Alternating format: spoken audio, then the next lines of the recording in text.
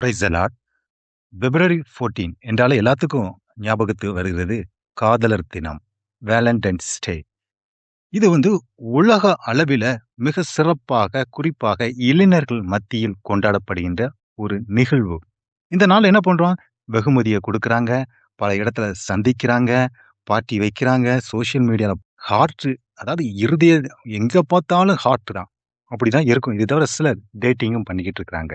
இந்த காலகட்டத்துல உலக அளவுல வணிகம் எவ்வளவுத்துக்கு நடக்குன்னா, 27,000 கோடியில இருந்து 30,000 கோடி வரைக்கு பொருட்களை மக்கள் கிஃப்ட்டாக பர்ச்சேஸ் பண்ணி அடுத்தவங்களுக்கு கொடுத்து கொண்டு இருக்கிறாங்க. இந்த உலகம் இப்படி செலிப்ரேட் பண்ணிட்டு இருக்கும்போது அவங்க என்ன சொல்றாங்க? It is a day of love. அதாவது காதலர் தினம். It is a day of feeling, உணர்ச்சிகளின் தினம். It is a day of romance. It is a day of gift. It is a day of relation. இப்படி பல அர்த்தத்தை அவங்க சொல்லிக்கிட்டு இருக்காங்க. இந்த அன்புன்னு சொல்றது அவங்க எதை வச்சு அவங்க தீர்மானிக்கிறாங்க? அழக வச்சு. ஒருத்தர் அடுத்தவரை எப்படி நேசிக்க ஆரம்பிக்கிறார்? அவங்க அழக பார்க்குறாரு, அவங்க ஸ்டேட்டஸ பார்க்குறாரு, அவங்ககிட்ட இருக்க பணத்த பார்க்குறாரு, சில ஜாதிகள பார்க்குறாங்க, சில மதத்த பார்க்குறாங்க. இப்படி நிறைய விஷயத்த, அதாவது உலக பிரகாரமான காரியத்தை வைத்து நான் மற்றவரை நேசிக்கிறேன் என்று சொல்லிக்கிட்டு இருக்காங்க. அப்படி அவங்க அந்த காதல்லே, அந்த நேசிக்கிற சமயத்துல அவங்க என்ன பண்றாங்க? அந்த மற்றவர் சொல்லும்போது ஒரு ஆண் அவனுடைய பெண் சொல்லும் பொழுது, அவளுக்காண்டி எதையும் செய்வாங்க. அதாவது காதல் பண்ணும் பொழுது, அந்த பொண்ணு சொல்லிட்டுனா போதும். அதே மாதிரி ட்ரெஸ் பண்ணுவாரு. ஹேர் கட்டிங் நீட்டா இருக்கணும். டைம் மேனேஜ்மென்ட் பெர்ஃபெக்ட்டா இருப்பாரு. இத்தன மணிக்கு வரணும். அதுக்கு ஒரு 1/2 மணி நேரத்துக்கு முன்னாடியே போய் பீச்லயோ, பார்க்லயோ வெயிட் பண்ணிட்டு இருப்பாரு. என்ன சொன்னாலும் ஒபே பண்ணுவாரு. அந்த பொண்ணு சொல்லிட்டோ, அல்லது அந்த ஆண் சொல்லிட்டோ. அதே போல பார்த்தீங்கன்னா, செலவழிக்கிறது. அப்பா, அம்மா காசு தான் வேல பார்க்கலன்னா. ஆனா, அந்த பொண்ணுக்காண்டி என்னனாலும் பண்ணுவாரு. அந்த பெண்ணையோ, அந்த ஆணையோட அழக ஆராதனை செய்வாங்க. ஏன்னா, அந்த பெண்ண அல்லது அந்த ஆண அவங்க நேசிக்கிறாங்களாம். ஆனா, கொஞ்சம் யோசித்து பார்க்கலாம். அவங்களோட லைஃப். நெறைய பேர் காதலித்து திருமணம் பண்றாங்க. காதலிக்கும் பொழுது எதெல்லாம் அவங்க பண்ணாங்களோ, திருமணம் பண்ண பிறகு அவங்க அத பண்ணுறாங்களா? அவங்களால வெயிட் பண்ண முடியுதா? அவங்க சொன்னபடி செய்ய முடியுதா? இல்லையே! இப்போ காதல் பண்ணும்பொழுது அந்த பொண்ணு என்ன சொன்னாலும் கேட்பாரு. ஆனா, அது திருமணம் ஆன பிறகு அந்த ஆணாலயோ, அந்த பெண்ணாலயோ அப்படி செய்ய முடியுதா? இல்லையே! ஆனா எப்படி சொல்ல முடியும் நான் உன்னை நேசிக்கிறேன் என்று? காதலிக்கும் பொழுது வார்த்தை, அவங்க செயல்கள் டோட்டலி டிஃபரண்டா இருக்கு. ஆனா திருமணம் ஆகும் பின்ன அவங்க எப்படி பிஹேவ் பண்றாங்க? ஆனா இது எங்க போய் நிக்கி? ரியாலிட்டில எப்படி இருக்கு?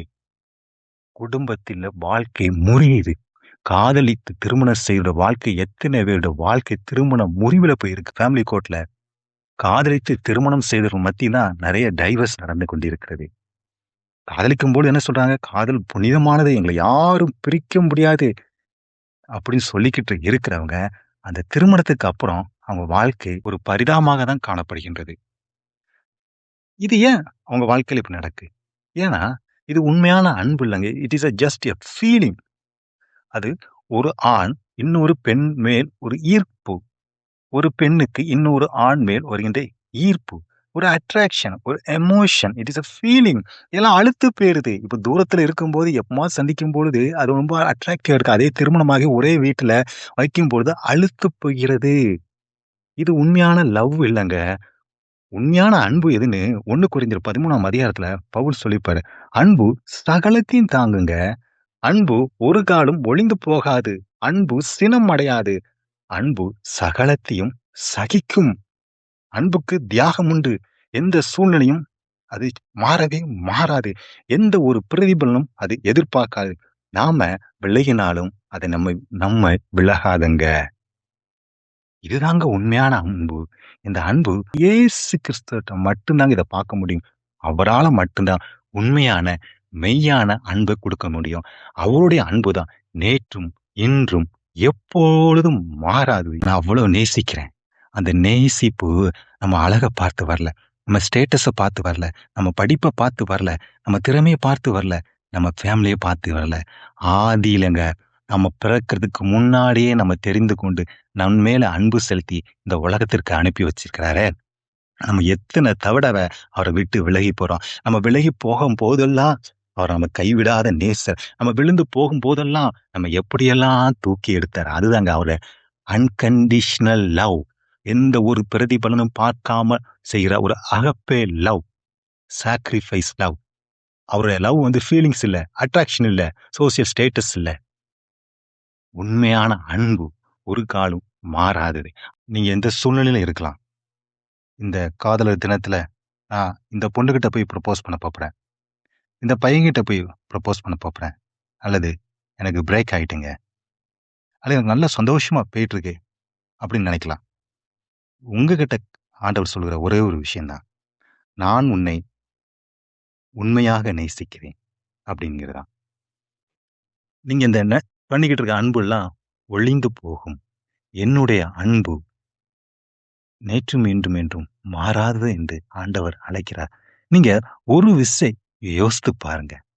இந்த அன்பு வேற எங்கேயுமே கிடைக்காதுங்க. இதாங்க அகப்பே லவ். Unconditional love. எந்த ஒரு பிரதிபலனும் எதிர்பார்க்காமல் தேவன் நம்மேல் செலுத்துகிற அன்பு. நீங்க எப்படிப்பட்ட சூழ்நிலையில இருந்தாலும் அவர் தூக்கி எடுக்கிற அன்பு. இந்த அன்பை நோக்கி நாம இந்த காதலர் தினத்துல ஓடுவோங்க. இந்த அன்பு என்னைக்குமே நிலையாது. இந்த அன்ப நம்ம அடுத்தவங்களுக்கு சொல்லுவோம்.